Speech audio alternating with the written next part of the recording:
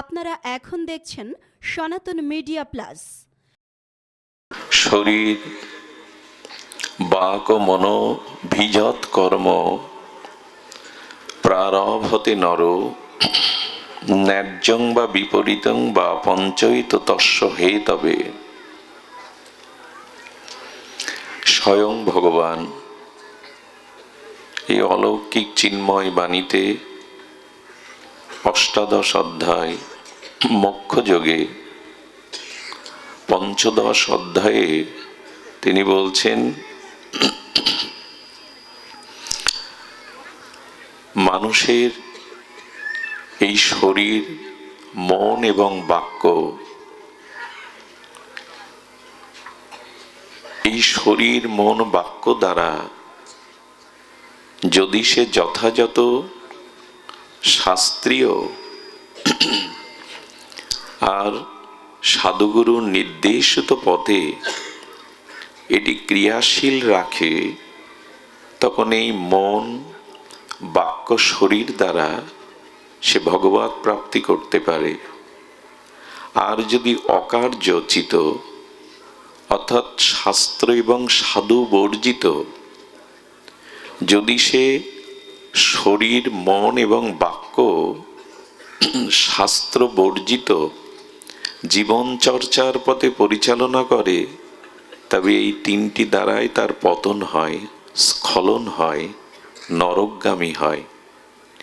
এখন সিদ্ধান্ত আপনার আমার চিন্তা বিবেকের কাছে। শরীর পেয়েছি, মন পেয়েছি, বাক্য পেয়েছি, এই তিনটি তত্ত্বের দ্বারা আমার আত্মকল্যাণ করব না আমার আত্মস্খলন বা পতন হবে, নির্ভর করছে আপনার উপরে। সিঁড়ি দিয়ে আপনি উপরে উঠুন, নিষেধ নাই। আবার আপনি প্রয়োজনে নিচে নামুন, একটি তো সিঁড়ি। তেমন মন, বাক্য এবং আমাদের শরীর, এই তিনটি উদ্ধার বা পতনের কারণ। খুব মার্মিক একটি বিষয় যদি ধ্যান দেন। আচ্ছা, আমরা যে শরীর পেয়েছি, এখানে নরনারী, শিশু, কিশোর, মূর্খ, বিদ্বান, ভিখারি এবং রাজা, প্রত্যেকের শরীর একই উপাদান দিয়ে তৈরি। এমন নয় যে যুবরাজের শরীরটার কিছু বেশি উপাদান দিয়ে গঠন করেছেন ভগবান।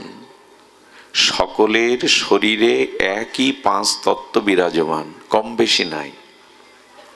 আচ্ছা, শরীর একই বস্তু দিয়ে, একই উপাদান দিয়ে প্রত্যেকের শরীর নির্মাণ হয়েছে।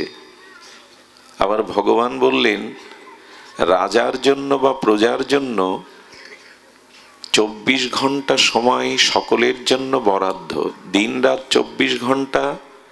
রাজা বেশি প্রয়োজনীয় বলে তার জন্য 26 বা 28 ঘন্টা নয়, সকলের জন্য 24 ঘন্টা। আবার সকলের জন্য সূর্য, চন্দ্র, মাটি, বায়ু, জল সমানভাবে আমি দিয়েছি। নির্ভর করছে এই শরীর পেয়ে তুমি অকার্য অশাস্ত্রীয় কাজের দ্বারা তুমি পতন করবে নিজের, না উদ্ধার হবে। শরীর ব্রহ্ম সাধনার খলু, অর্থাৎ ব্রহ্ম সাধনার উপকরণ, আবার শরীরই পতনেরও উপকরণ। নির্ভর করছে আপনার উপরে। দেখবেন, একই মনুষ্য শরীর পেয়েছি, একই চন্দ্র সূর্য, একই আলো বাতাস পেয়েছি, কারো পতন হচ্ছে, কারো উদ্ধার হচ্ছে। কেন? সকলের জন্য সুযোগটা তো সমান নাকি? 24 ঘন্টা তো সকলের জন্য সমান। গীতা আপনার জন্য আমার জন্য না, এমন কি? সকলের জন্য সব ব্যবস্থা যদি সমান হয়, কেউ উদ্ধার হচ্ছে, কারো পতন হচ্ছে কেন? এর কারণ এই শরীর, বাক্য এবং মন আমরা অশাস্ত্রীয় কাজে যদি নিয়োগ করি, তাহলে এর দ্বারাই আমাদের পতন হবে। আর যদি শাস্ত্রীয় বা গুরু আনুগত্য নিয়ে, সাধু আনুগত্য নিয়ে এই তিনটে ক্রিয়া পরিচালনা করি, তবে আপনি দেবতাদেরও ঊর্ধ্বে উঠতে পারবেন। নির্ভর করছে আপনার চিন্তা চেতনা মনের উপরে। শরীরটাকে কাজে লাগান। এখন তো গৃহে আপনি আস্বাদ্য চর্বচেষ্য লেজ্জ পেয়ে আর সারাদিনের কর্মক্লান্ত শরীরটা বিশ্রাম নিতে পারতেন, আহারাদি করে বিনোদনমূলক অনুষ্ঠান দেখতে পারতেন, পরিবারের সকলকে নিয়ে গল্পগুজব করতে পারতেন, কিন্তু আপনারা তা করেননি। কারণ জেনেছেন একটা বৃষ্টির বিন্দু পৃথিবীতে পড়লে তার স্থায়িত্ব খুব বেশিক্ষণ থাকে না। একটি বৃষ্টির বিন্দুর মতো আমাদেরও আয়ু কখন ফোরাবে জানি না। এজন্য শরীরটাকে কাজে লাগাতে হবে, ভজনে, সাধু সঙ্গে। এই জন্য এসেছেন আপনারা। তো একই শরীর, কেউ পাশে থেকেও সে এখন জাগতিক প্রাকৃত দেহ সুখ ভোগ করছে, আর কেউ আপনারা মাটিতে বসে সাধুগুরুর চরণ ধুলি মাখছেন। নির্ভর করছে এই শরীরটাকে আপনি কি কাজে লাগাবেন। দ্বিতীয় বাকি থাকলো বাক্য। দেখুন, এই যে শব্দ, একে বলে ব্রহ্ম। শব্দ, খুব ধ্যান দিন, শব্দ ব্রহ্ম। ধূপটা এখানে যেন থাকে না, ধূপ। শব্দ, আচ্ছা, একটি শব্দের দ্বারা বিধ্বংসী, লোকক্ষয়ী, রক্তক্ষয়, যুদ্ধ বাঁধতে পারে। আবার একটি শব্দের দ্বারা পৃথিবীতে যুদ্ধ থেমে গিয়ে শান্তি প্রতিষ্ঠা হতে পারে, বাক্যের দ্বারা। এদিকে ধ্যান দিন। চরণধুলি পরে নিবেন, এদিকে ধ্যান দিন। কি হয়েছে? একটি বাক্যের দ্বারা লোকক্ষয় এবং ভয়ানক যুদ্ধ সংগঠিত হতে পারে, আবার এই বাক্যের দ্বারা শান্তি প্রতিষ্ঠা হতে পারে। শব্দ ব্রহ্ম, পরম ব্রহ্মকে নিষ্ণাত হলে পরম ব্রহ্ম পাওয়া যায়। আবার এই শব্দ দ্বারা যদি অশাস্ত্রীয় শব্দ আপনি প্রয়োগ করেন, তাহলে এই শব্দের দ্বারাই আপনার অধঃপতন নিশ্চিত হতে পারে। কেমন জানেন? কুরুক্ষেত্রের এত বড় ভয়ানক লোকক্ষয়, রক্তের বন্যা বয়ে গিয়েছিল শুধু একটা শব্দের কারণে। এই জন্য মুখের বাক্যগুলো খুব হিসাব করে প্রয়োগ করতে হবে। দুর্যোধন ভগবান শ্রীকৃষ্ণকেই বলেছিল, কথাটি আপনাদের জানা, বিনা যুদ্ধে সুচাগ্র মেদিনী। এই কথাটাই কুরুক্ষেত্রের যুদ্ধ বাদিয়ে দিল। শ্রীকৃষ্ণ সন্ধি বা শান্তির প্রস্তাব নিয়ে গিয়েছিলেন, কিন্তু বলেছিল বিনা যুদ্ধে আমি ছুঁচের অগ্রে মেদিনী মানে মাটি। ভগবান কৃষ্ণ বললেন, গ্যাংগ্রিন আঙুলে হলে অপারেশন করতে হবে, তাহলে পুরো শরীর নষ্ট হয়ে যাবে। দুর্যোধনের এই একটা বাক্যেই শতভাই হারালো। তাদের ভাতৃবধূগণ বিধবা হলো, রক্তের গঙ্গা বয়ে গেল। কুরুক্ষেত্রের এই বিধ্বংসী ভয়ানক লোকক্ষয় পৃথিবীতে এর মতো আর হয়নি, একটা বাক্যের দ্বারা। তেমনি আপনার মুখের একটা কথার দ্বারা ভক্তি চলে গিয়ে অপরাধে আপনার পতন হতে পারে, জীবন বিধ্বংসী হতে পারে। এই জন্য ঠাকুর মশাই বলেছেন, প্রয়োজন ছাড়া আন কথা মুখে বলবেন না।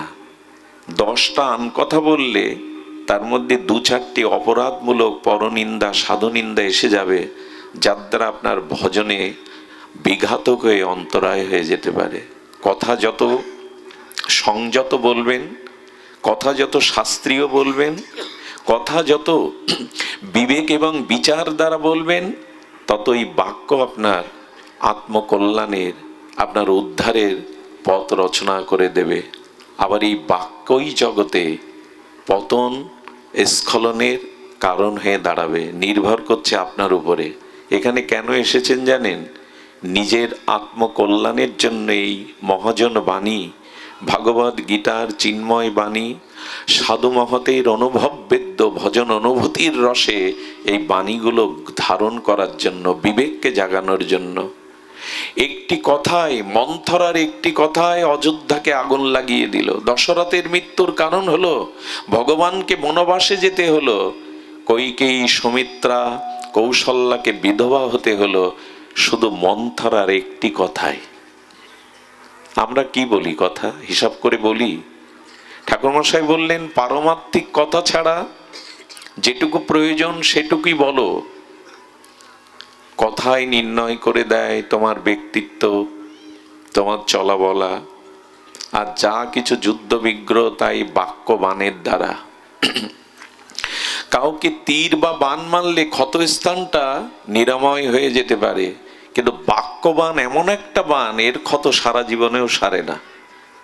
লক্ষ্য করেছেন? বাক্যবাণ এটা এই যুদ্ধের বাণের থেকে ভয়ানক। কারো গায়ে তীরের বাণ লাগলে নিরাময় হতে পারে, কয়েক বছর সেরে যেতে পারে, কিন্তু বাক্যবাণটা সারা জীবন ক্ষত তৈরি করে। দ্রৌপদীকে অপমান করার এই স্পৃহাটা, বস্ত্রহরণের স্পৃহাটা দুর্যোধনের কবে জেগেছিল জানেন? ইন্দ্রপ্রস্থে গিয়েছিল দুর্যোধন। ভগবান শ্রীকৃষ্ণ বিশ্বকর্মার দ্বারা নির্মাণ করেছিলেন এই চিন্ময় একটি গৃহ, ইন্দ্রপ্রস্থ। ওখানে জল আছে সামনে, কিন্তু মনে হবে সমান। দুর্যোধন ওই সমান জায়গা মনে করে ওখানে হাঁটতে গিয়ে জলে পড়ে গিয়ে হাবুডুবু খেলো। দ্রৌপদী উপহাস করে একটা কথা বলেছিল, অন্ধের পুত্র তো অন্ধই হয়। দুর্যোধন মনে মনে প্রতিজ্ঞা করেছিল, সময় এলে প্রতিশোধ আমি তোমার বস্ত্র হরণের দ্বারা নেব। বাক্যকে সংযত করে বলুন, বাক্যটাকে নিয়ন্ত্রণ করে বলুন, তাহলে জীবনের কল্যাণের পথ রচনা হবে। বলছেন ভগবান, শরীর ও বাক মন অভিত। শরীর, বাক্য এবং মন, এই তিনটি যদি শাস্ত্রীয় অনুকূল্যে ব্যবহার করতে পারো, তোমার উদ্ধার নিশ্চিত, তোমার কল্যাণ নিশ্চিত। তুমি দেবতাদেরও বরেণ্য আসন পেতে পারো। কিন্তু শরীর, বাক্য, মন যদি অশাস্ত্রীয় প্রয়োগ করো জীবনে, তোমার অধঃপতন পশুদের থেকে নিচে নেমে যাবে। আমরা সতর্ক কই। শুধু এখানে আসবো, হই হুল্লোড় করে প্রসাদ পেয়ে বাড়ি যাব, কিছু নিয়ে যাব না, এমন তো নয়। আচ্ছা, ধুলাবালি মাখা শরীর আর অসুচি অপবিত্র শরীর শুদ্ধ জলে স্নানের করে কি সেই অশুদ্ধ অপবিত্রতা বোধ থাকে না, শুদ্ধ বোধ হয়? আপনি ধুলা মাটি মেখেছেন, শৌচাদি ক্রিয়া করতে গেছেন, শরীরটা অশুদ্ধ মনে হয়, ঘরে প্রবেশ করেন না। শীতল জলে যখন স্নান করলেন, তখন কি আর আগের মানুষ থাকলেন? সাধু সঙ্গ তাই। এসেছিলাম হৃদয়ের সেই অপবিত্রতা, হৃদয়ের সেই অশুদ্ধতা ধুতে, স্নান করতে। এই সাধু সরোবরে হরিকথার ও পবিত্র ভক্তির জলে স্নান করে যদি পবিত্রই না হলাম, এখানে শুধু টাকা ব্যয় করলাম। এই লাইট প্যান্ডেলে টাকা ব্যয় হলো, এদের টাকাগুলো ব্যয় হলো, আমাদের কিছু হলো না। স্নানের আগের মানুষটা আর স্নানের পরের মানুষটা এক নয়। সাধু সঙ্গ তাকেই বলে যে শরীর, যে মন নিয়ে এসেছিলাম, ওটা কিছু পরিবর্তন করে চলে গেলাম, এরই নাম সাধু সঙ্গ। তাকে আর হয়, অনেকের হয়, আমার মতো যারা, তাদের হয় না। আর এই তিনটি ক্রিয়া, আরেকটি হলো মন। আমি পূর্বেই বলেছি, একই তালা এক চাবি দিয়েই বদ্ধ করা যায়, খোলাও যায়। একই তালা, চাবি কটা? লাগাবার জন্য একটা, আর খোলার জন্য আর একটা, হয় কি? একই চাবি দিয়ে এপাশ মোড়ালে খুলে যায়, আর এপাশ মোড়ালে লেগে যায়। আপনার মনের অবস্থা ওই চাবির মতো। যদি শাস্ত্রীয়ভাবে মনটাকে পরিচালনা করেন, সৎ চিন্তা, সৎ ভাবনা, ঈশ্বরের নামরূপ লীলা, তবে বাঁধন খুলে গেল, আর জন্ম মৃত্যু চক্রের বাঁধনে আপনি বদ্ধ নন। কিন্তু যদি বিপরীতে অশাস্ত্রীয়ভাবে মনে কুচিন্তা, কুভাবনা, অসৎ চিন্তা করতে থাকেন, একই চাবি বদ্ধ করে দিল, আসা যাওয়া ফুরাবে না। মন কি ভাবে আমাদের? মন ভাবনাটা কি করে? মনকে বলা হচ্ছে মনেরও স্মরণ ও প্রাণ, ভগবানের নাম, ভগবানের লীলা, সৎ চিন্তা মনকে দাও, তাতে মনও বেঁচে যাবে, তুমিও সুস্থ হবে। তোমাকে কাম ক্রোধ কুরে কুরে আর খাবে না, পাপের চিন্তা তোমাকে কুরে কুরে খাবে না। মন যাদের শুদ্ধ, মন যাদের ভগবত চিন্তনে রত, এরা পাপের চিন্তা আসলে লজ্জায় মরে যায়।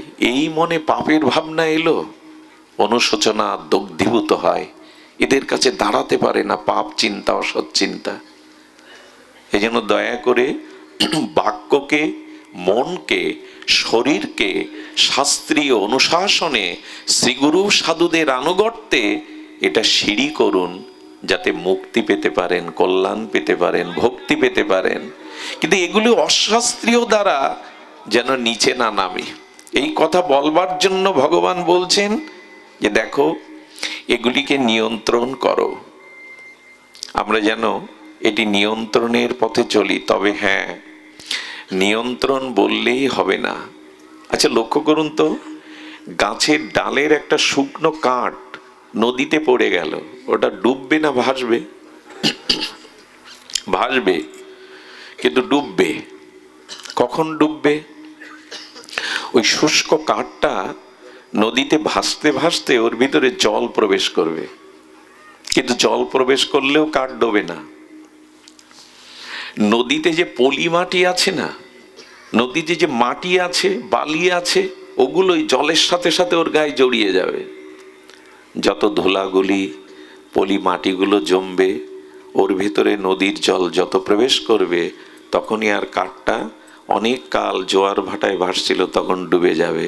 ঠিক তেমনি আমাদের মনটা যদি এই সংসার সাগরে ভাসতে ভাসতে কোনোদিন সাধুগুরুর এই হরিকথারূপ অমৃত রস আমাদের হৃদয়ে যেতে থাকে কর্ণ দিয়ে, আর সাধুগুরুর চরণ ধুলি যদি মাখতে থাকি, একদিন না একদিন ভগবত প্রেম সাগরে ডুবে যাবই যাব।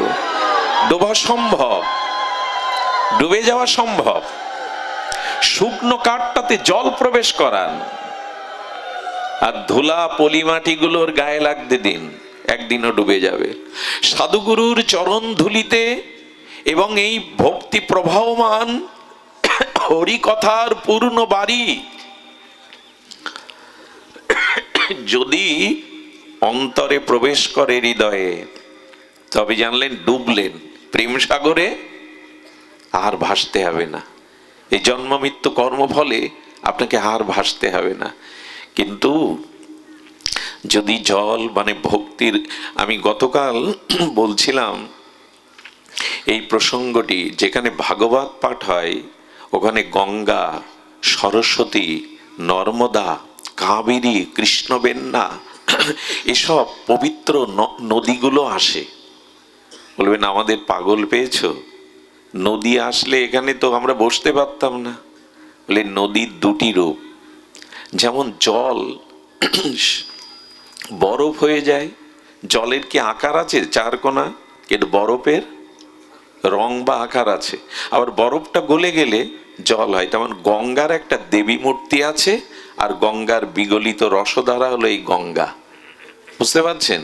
গঙ্গার একটি মূর্তি আছে, দেবী মূর্তি। যেমন বরফ হয়ে গেল, জলটা একটা মূর্তি নিল, আবার গলে গেলে জল হয়ে গেল। যেমন রাধাকুণ্ড, শ্রী শ্রী রাধাকুণ্ড, রাধারানী, রাধারানীর রসবিগলিত রসধারা হলো রাধাকুণ্ড, আর রাধারানীর একটা প্রেমময় মূর্তি আছে। ওরা মূর্তি ধরে এখানে আসে। গঙ্গা, যমুনা, কাবেরী, কৃষ্ণবেন্না আসে কেন? ভাগবতে এরা আসে কেন? আসে কেন জানেন? আসে আমাদের পবিত্র করতে না, ওরা নিজে পবিত্র হতে। ওরা নিজে পবিত্র হতে আসে। বলো গঙ্গা পবিত্র হতে আসে, আমরাই তো গঙ্গায় যাই পবিত্র হতে, পাপ পাপ ধুয়ে আসতে। বলে যে পাপগুলো আমার মতো ব্যক্তি গঙ্গায় ধুয়ে আসে, ওই পাপকে বিনষ্ট করার জন্য গঙ্গা হরিকথাতে এসে বসে। এজন্য এখানে এই মনকে, এখানে এই যে বারবার আহা হরিবল, এই যে শব্দগুলো বলছেন, এই যে নাম চলছে, এখানে নাম বলছেন, শব্দের সাথে সাথে মন আর শরীর এখন ভজনে কাজে লাগছে। এর দ্বারাই কেবল আত্মকল্যাণ হতে পারে। গঙ্গা যমুনাও তাদের কাছে রেখে হওয়া পাপ মলিনতা দূরের জন্য ভাগবতে এসে বসে। আমাদের সেই রুচি হয় না তো। শ্রদ্ধার সহিত ভাগবত নিতে হবে। না হলে হবে না। তবে একটা জিনিস বলি, 20 গ্রাম লোহাকে ভাসাতে পারবেন না। 10-20 গ্রাম 1 কেজি লোহা জলে বা নদীতে সাগরে দিলে ডুবে যাবে, কিন্তু ওই লোহাটা যদি একটু বড় কড়াই করে পাত্র করে ছেড়ে দেন, কড়াই, লোহাটা গলিয়ে ছাঁচে গলিয়ে কড়াই করে ছেড়ে দিন, একই তো লোহা, ডোবে না, ভাসে। আমি বলতে চেয়েছিলাম বাক্যের দ্বারা, মনের দ্বারা এবং শরীরের দ্বারা যদি পাত্র হতে পারেন, তখন এই সংসার আপনাকে ডোবাবে না, ভাসাবে। আপনি ভাসতে পারবেন। লোহা ডুবে যায়, কিন্তু লোহাকে ছাঁচে ফেলে কড়াই তৈরি করে ছেড়ে দিন। কড়া আছে না, রন্ধনের যে কড়া, ওটা দিলে ভাসবে। নিজেকে পাত্র করুন। দেখুন, এই জ্ঞান, এই প্রেম ভক্তি নেওয়ার জন্য পাত্র হতে হবে আগে। কেমন জানেন, বৃষ্টির বিন্দু জলধারা হয়ে পড়ছে, সেই বৃষ্টির ফোঁটাটা, বৃষ্টির জলধারাটা কোনো মলিন মাটির ওপরে, দূষিত নর্দমার উপরে পড়লো, বৃষ্টির জল কি শুদ্ধ দেখাবে বা থাকবে? থাকবে কি? কিন্তু সরোবরে পদ্ম পাতার উপরে যদি বৃষ্টির জলবিন্দু পড়ে, কি হয়? জল যতটা শুদ্ধ তার থেকে মুক্তার মতো চকমক করে। অথচ একই জল পাশে যদি কোনো মাটিতে পড়ে, দূষিত জলে পড়ে, ওটার পবিত্রতা থাকবে না। এটা বৃষ্টির জলের পক্ষপাতিত্ব নয়, পাত্রের পক্ষপাতিত্ব। সেই মন, বাক্য, শরীর পাত্র করেছি তো, যে এখানে এই ভগবানের বাণীগুলো হীরার মতো জল জল করবে। এজন্য পাত্র হতে হবে। 1 সমন লোহা ভেসে যেতে পারে যদি কাঠের সাথে নৌকা করে ছেড়ে দেন, তখন আর লোহা ডুববে না। তা যারা সাধু সঙ্গ, ভগবানের নাম রূপ লীলার সাথে যুক্ত হয়েছে, তারা ডুববে না, বরঞ্চ ওই লোহা তখন ওপারে নিয়ে যাবে। ও তো ভাসবে আর আপনাকেও ভাসিয়ে ওপারে নিয়ে যাবে। এই জন্য প্রয়োজন হলো আপনাকে তৈরি হতে হবে, পাত্র হতে হবে। এই পাত্রটা যতদিন না হতে পারছি, ততদিন এই আসা যাওয়া সার্থক হবে না, সাধুসঙ্গ হরিকথা সার্থক হবে না। পাত্র হতে হবে। কি করে হবেন? এই কথাটা লিখে নিন। যারা যেখানে দাঁড়িয়ে বসে আছেন, করুণা করে, দয়া করে হাত জোড় করে বলছি, কথাটা লিখে নিন। কেমন জানেন কেমন করে পাত্র হবেন? আমি বহু আগেও কথাটা বলেছি। এক রিক্সাওয়ালা না, এক সৌম্য সুদর্শন এক মহাপুরুষকে প্রশ্ন করছে, আপনি তো মহাপুরুষ, পৃথিবীতে সব থেকে বড় কি? মহাপুরুষ উত্তর দিচ্ছেন, তোমার প্রশ্নের মধ্যে ওই বড়টা আছে, পৃথিবী সব থেকে বড়। আমাদের সামনে সব থেকে বড় কি? পৃথিবীটাই তো। তখন রিক্সাওয়ালা আবার প্রশ্ন করছেন, পৃথিবীর থেকে বড় কিছু আছে কি? বলে হ্যাঁ আছে। বলে কে? বলে পৃথিবীকে যে ধারণ করেছে সে পৃথিবীর থেকে বড়। বলে পৃথিবীকে কে ধারণ করেছে? বলো চতুর্ভুজের মূল সংকর্ষণ অংশের অংশ কলাংশু অংশাশু অনন্ত শেষ নাগ পৃথিবীকে ধারণ করে আছে। বেদে কি বলছেন? ভাগবতে অনন্ত নাগ পৃথিবীটাকে, তো যে যাকে ধারণ করে সেই তো বড়। তো পৃথিবীকে ধারণ করে আছে অনন্ত শেষ নাগ। আবার রিক্সাওয়ালার প্রশ্ন, শেষ নাগের থেকে কেউ বড় আছে? বলো আছে, শেষ নাগকে যে ধারণ করেছে সেই বড়, যে যাকে ধারণ করে। বলে শেষ নাগকে কে ধারণ করেছেন? বলে ভগবান ঝুটঝুটি শঙ্কর, ভগবানের শিবের গলায় শেষ নাগ ধারণ হয়ে আছে। বলে শিব বড়। বলেন ভগবান শিবের থেকে কে বড়? বলে শিব ঠাকুরকে যে ধারণ করে আছে। শিব ঠাকুরকে কে ধারণ করেছে?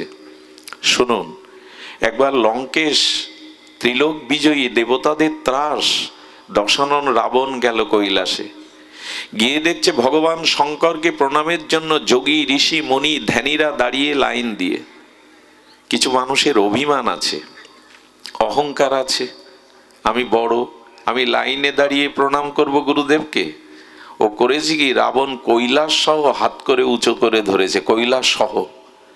শিব ঠাকুর দুলছে, হাতে তুললে কি হবে? কৈলাসটা টালমাটাল অবস্থা। মা পার্বতীকে বলছে কৈলাসে তো ভূমিকম্প হওয়ার কথা না। বলেন ভূমিকম্প হয়নি, আর আপনার এক চেলা প্রণাম না করতে পেরে লাইনে দাঁড়িয়ে এসে কৈলাসকেই তুলে ধরেছে হাতের উপরে। রাবণ এত শক্তিশালী ছিল। আর রাবণকে ডেকে ভগবান শিব বললেন, তোমাকে আর আসতে হবে না প্রণাম করতে, প্রণাম নিতে আমি তোমার লঙ্কায় যাব প্রতিদিন। এভাবে প্রতিদিন ভূমিকম্প আর তুলে ধরবে। বলছে রাবণের থেকে বড় কে?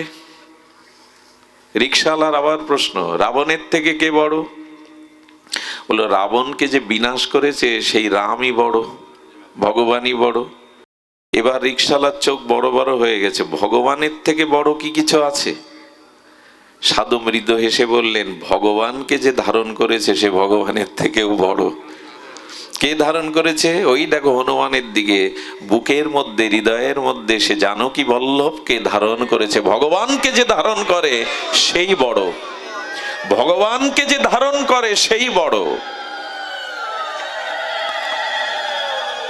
রিকশাওয়ালা অবাক হয়ে বলছে, ও তাহলে ভগবানের থেকে ভক্ত বড়? বলো তাই তো শাস্ত্র বলে, হৃদয়ে তো ভক্তই ভগবানকে ধারণ করে রাখে। এখন আপনাদের ওই যে কথাটা লিখে নিতে বলছি সেই কথাটা হলো এই, একবার রামদাস বাবাজি মহারাজ কীর্তন করছিলেন বাঁকুড়াতে। রামদাস বাবাজি মহারাজের কীর্তন যারা শুনেছে তাদের প্রেম হয়ে গেছে, ভক্তির গঙ্গা বয়ে যেত। তো রামদাস বাবাজি মহারাজের কীর্তনের পরে কীর্তন শুনতে আমন্ত্রিত হয়ে এসেছিলেন ব্রহ্মজ্ঞ ঋষি, কে জানেন? জয়দয়াল গোয়েন্দাকা, গীতা প্রেজের সত্ত্বাধিকারী ছিলেন। এই ব্রহ্মজ্ঞ লীন মহাপুরুষ বাবাজি মহারাজকে বলছেন, এটা প্রশ্ন করছেন, कैसे झूठ मिलेगा প্রেম। হিন্দুস্তানি তো বলছেন, খুব তাড়াতাড়ি প্রেম ভক্তি কি করে মেলে বলো। প্রশ্নটা আবার বলি, झूठ कैसे প্রেম মিলেগা। ঝুট মানে খুব দ্রুত প্রেম ভক্তি কি করে মেলে বলো। রামদাস বাবাজি মহারাজ উত্তর দিচ্ছেন, আহা কি মর্মস্পর্শী উত্তর। উনি বললেন, আপনি গীতাশ্রয়ে, গীতায় আপনার প্রাণ, উপনিষদ বেদ ভাগবত আপনার প্রাণ, তবে গীতার বাণী জীবনে চরিতার্থ করে ভগবান পাওয়া যাবে তা বিলম্ব হবে, ঝট করে পাওয়া যাবে না। ওই জন্য তো প্রশ্ন করছি, খুব তাড়াতাড়ি কি করে প্রেম ভক্তি পাওয়া যাবে। বাবাজি মহারাজ চোখ বন্ধ করলেন, হৃদয়ের অনুভূতিটা জাগিয়ে বললেন, যে পেয়েছে তাকে ধরলেই তাড়াতাড়ি পাওয়া যাবে, যে তাকে পেয়েছে তাকে ধরো। আহা কি বিস্ময়কর কথা। বৈষ্ণব বন্দনায় দাদারিরা কি কীর্তন করেন, কৃষ্ণ সে তোমার, তুমি দিতে পারো, তোমারও শকতি আছে। কৃষ্ণ কার? কৃষ্ণ বৈষ্ণবের, ভক্তের। এই বলে কৃষ্ণ সে তোমার, তুমি দিলে দিতে পারো, তোমারও শকতি। যেটাকে পেয়েছে তাকে ধরুন, দ্রুত পেয়ে যাবেন, বিলম্ব হবে না। যার কাছে যা আছে সে তাই দিতে পারে, যার কাছে নেই সে কি করে দেবে আপনাকে। যে হৃদয়ে ভগবানকে ধারণ করেছে সেই ভক্তের চরণ ধরুন, ভক্তকে আঁকড়ে ধরুন, উনি আপনাকে দিতে পারে। প্রধানমন্ত্রীর একান্ত সচিব যিনি, তার সাথে যদি পরিচয় থাকে, আত্মীয়তা থাকে, প্রধানমন্ত্রীর সাথে দেখা করা খুব কঠিন হবে না। তেমনি ভগবানের একান্ত প্রিয় ভক্তকে ধরুন, খুব দ্রুত ভগবান পাওয়ার এই হলো উপায়, এটাই হলো উপায়। কারণ ভগবান কি বলেছেন জানেন? ভগবান বলছেন, অহং ভক্ত পরাধীন অস্বতন্ত্র ইব দ্বিজ। আরে ভগবান অজিত, তাকে কেউ জিততে পারে না, ভগবানকে কেউ পরাস্ত করতে পারে না, কিন্তু সেই ভগবান পরাধীন হন শুধু ভক্তের কাছে। অহং ভক্ত পরাধীন অস্বতন্ত্র ইব দ্বিজ, আমি স্বতন্ত্র কিন্তু পরতন্ত্র ভক্তের কাছে। ভক্তের কাছে আমি স্বাধীন নই, পরাধীন। কে বলছেন? স্বয়ং ভগবান। আরো কি বলছেন জানে না? বলছেন, সাধু বিগ্রস্ত হৃদয় ভক্ত ভজ জনক্রিয়া। ভগবান এও বলে দিয়েছেন, আমার মন আমাতে নাই, সাধুকে দিয়ে দিয়েছে, আমি মালা বদল করে নিয়েছি।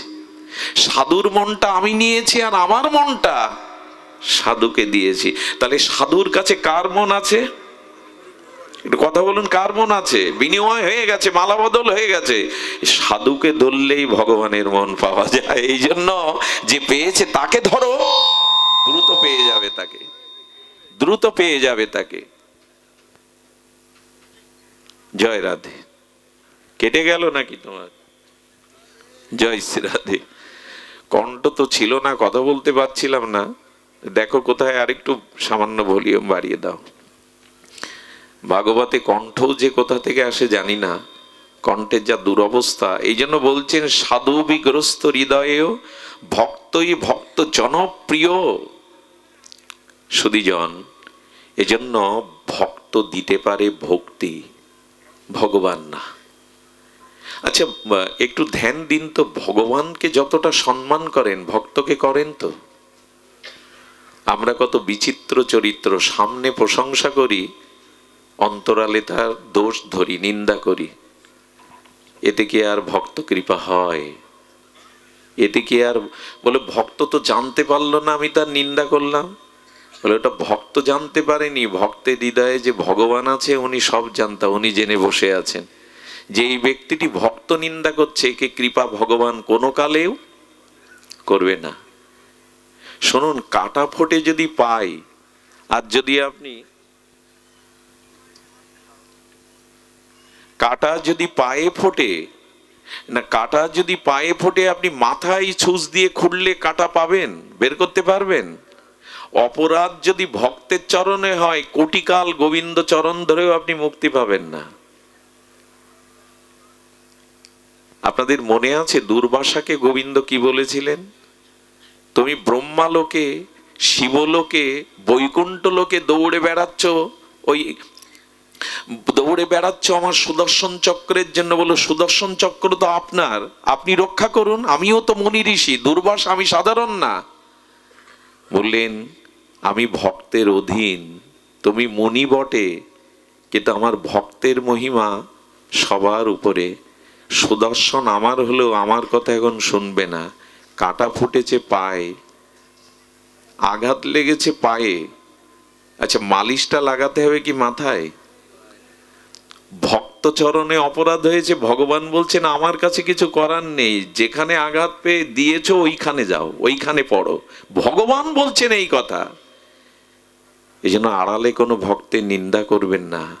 এটা অন্তত ভক্ত তো ক্ষমাশীল, মনে রাখে না, জলে দাগ কাটার মতো সাধু। ভগবান গণনা করে রাখে, ভগবান গণনা করে রাখে, ভগবান ক্ষমা করে না।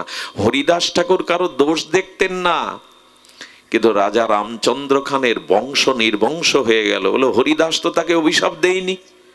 বলে ভগবান ক্ষমা করেনি ওকে। ভক্ত অপরাধ ক্ষমা করে, কিন্তু ভক্ত চরণে অপরাধ করলে ভগবানই তাকে শেষ করে দেন। এটা না হলে ভক্তাধীন ভগবানের মহিমা থাকে না। আর কি বলেছে? বৈষ্ণব মোহ দেহান্ত তস্মাৎ পূজ্য মহামুনে। দুর্বাসাকে বলেছিলেন অন্য যন্তং পরিত্যাজ্যং বৈষ্ণবান ভজস্ব্রত। এসব কথাগুলো মনে হয় একটু বাঁধিয়ে রাখি বুকে, যাতে ভুল না হয়, অপরাধগুলো আর না হয়। বললেন শুনুন, ভগবান সহর্ষে নিজ ভক্তগণের মহিমা বিজয়ন্তী পতাকা তুলে ধরেন, উড্ডীয়ন করেন। আর ভগবান ছোট্ট বাক্যের দ্বারা ভাগবতে এক কথাই প্রকাশ করে দিয়ে গেছেন, মদ ভক্ত পূজা অধিকা। শোনো জগতের জীবগণ, শোনো মনুষ্যগণ, আমার থেকে আমার ভক্তকে অধিক পূজা করবে, তবেই প্রেম ভক্তি পাবে। এটা ভগবান বলছেন ভাগবতে, মদ ভক্ত পূজা অধিকা। আমার থেকে আমার ভক্তের সম্মান পূজা বেশি করে করবে, তবেই তুমি আমার প্রেম ভক্তি পাবে। আমরা করি উল্টো। আমরা মন্দিরে দেবতাকে গিয়ে প্রণাম করি, সাধু দেখলে আড়ে তাকায়, যেন কতকালের শত্রু। ভগবান বললেন ওই মন্দিরে প্রণাম আমি নেব না, প্রণাম আমি নেব না। এই জন্য সতর্ক হন। মন্দিরে শুধু ভগবান দেখেন, দেবতা দেখেন, আর কোথাও দেখেন না। এই দৃষ্টিতে অন্তত প্রেম ভক্তি পাবেন কিনা আমি বলতে পারবো না। দৃষ্টি বড় করুন। সব থেকে বড় যদি জীবনে মহৎ হতে চান অন্যের দোষ দেখবেন না, যদি মহৎ হতে চান নিজের দোষ দেখুন। ভাগবত বলছেন অন্যের দোষ যখনই আপনি দেখা শুরু করবেন তখন আপনি মহৎ তত্ত্ব থেকে বাদ পড়ে যাবেন। সাধকরা নিজের দোষ দেখে, অন্যকে নির্দোষ দেখে, এই জন্য তারা সাধক। আর সবার মধ্যে দোষ না দেখে সবার মধ্যে ভগবান দেখেন, এরা মহাত্মা। এরা কুকুরের মধ্যেও ভগবান দেখে, যে ওর মধ্যেও ভগবান আছে। এজন্য দৃষ্টিটাকে প্রসারিত করুন, ভক্ত অপরাধ থেকে দূরে থাকুন। কোটি ভজন করেও একবার নিত্যানন্দ বংশ অবতংশ কলকাতায় কীর্তন করছিলেন। নিত্যানন্দ বংশ অবতংশ 12তম, উনি কীর্তনে একটা নিত্যানন্দ বংশ অবতংশ তো ওইভাবে কীর্তন করছেন। এক কলেজ পড়ুয়া নাস্তিক ছেলে ওখানে উপস্থিত। এত ভাব দেখায় কেন? একটু পরীক্ষা করি। একটা সুস কিনে এনেছে বাজার থেকে। সেই ধারালো সুসটা উনি কীর্তনের আবেশে আছেন, এপড় ওপড় করে পায়ে ফুটিয়ে দিয়েছেন, কিন্তু উনি বুঝতে পারেননি। কীর্তন আবেশে উনি বুঝতে পারেননি। ছোটবেলায় যখন ফুটবল খেলতেন আপনারা, কত কাটা ফুটে গেছে, কাছে কেটে গেছে, খেলার আনন্দে বুঝতে পারেননি। খেলা শেষে স্নান করতে গিয়ে দেখলেন একটা কাছ ফুটে আছে। ওই যে খেলার আনন্দে আবেশ ছিল না, তেমনি কীর্তন আনন্দে সুসটা এফোড় ওপড় করেছে, আবেশ ছিল না। রাত্রে যখন ঘুমাতে যায় যন্ত্রণায় পাটা ফুলে গেল, যন্ত্রণায় সারা রাত কাঁদরালেন। ভোরবেলা থেকে শুরু হলো সেই যুবকের বাড়ির প্রত্যেকটা ব্যক্তির রক্ত বমি, আর থামে না। হাসপাতালে মৃত্যুর সাথে যখন পাঞ্জা লড়ছে, একজন প্রাজ্ঞ ব্যক্তি বলছেন, কোনো অপরাধ কেউ করেছে তোমার গৃহে, তাড়াতাড়ি বলো কি অপরাধ, নাহলে কাউকে বাঁচানো যাবে না। ছেলেটা কাঁপতে কাঁপতে বললে, এই করেছিলাম আমি। বলো, বাঁচবার একটাই উপায়, ওনার চরণে গিয়ে ক্ষমা প্রার্থনা করো। এসে যখন কেঁদে পড়লেন, পিতা মাতা সন্তান সবার মুমূর্ষ অবস্থা দেখে, তখনই মাথায় হাত দিয়ে বললেন, আর কখনো কোনো সাধুকে এভাবে পরীক্ষা করতে যেও না। উনি তুলে নিলেন হাত, সকলেই নিরাময় হয়ে গেল। আমাদের জীবনে যা কিছু বিঘ্ন আসে তার কারণ হলো কোনো না কখনো আমরা কোনো ভক্ত চরণে অপরাধ করে বসি।